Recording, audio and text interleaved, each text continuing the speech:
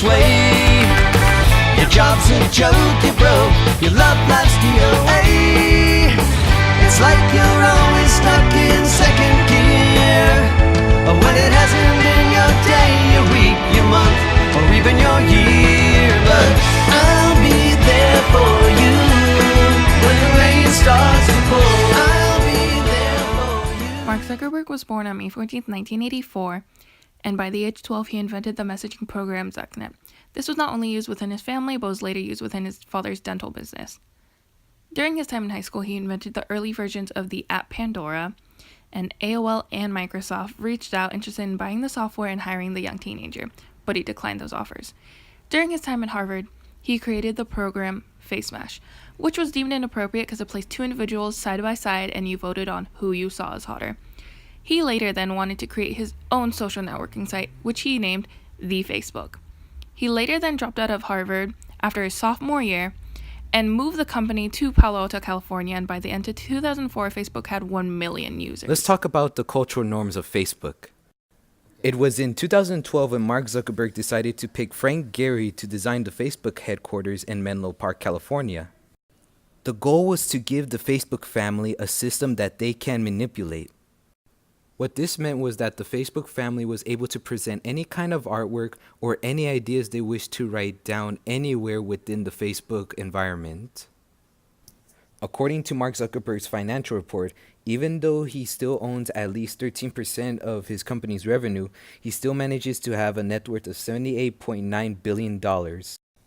Him and his wife have decided to use $3 billion of that net worth in an attempt to cure and manage all diseases by the year 2100. For Mark's ethics and social responsibility, it's pretty much a mix for him.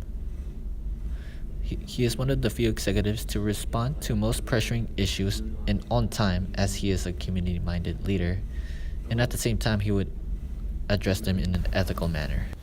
Mark's form of ownership doesn't really involve himself. He prefers professionalism in handling the corporate management at Facebook.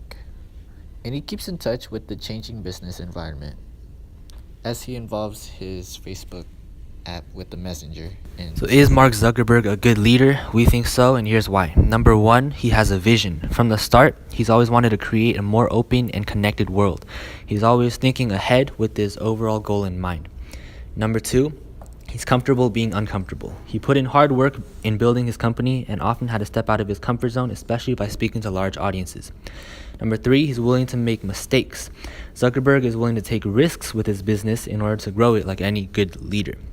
Number four, he's accountable for his mistakes. After the recent privacy scandal with Cambridge Analytica, Zuckerberg quickly acknowledged the company's mistakes and outlined solutions to the issue, including new restrictions and policies.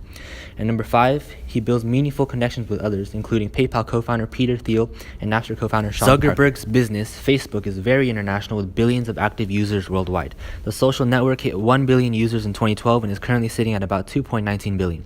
In the US alone, Facebook boasts about 214 million users, about 2/3 of the US population. The rest is international, and that's despite the fact that Facebook is banned in China, which hosts about 20% of the world's population.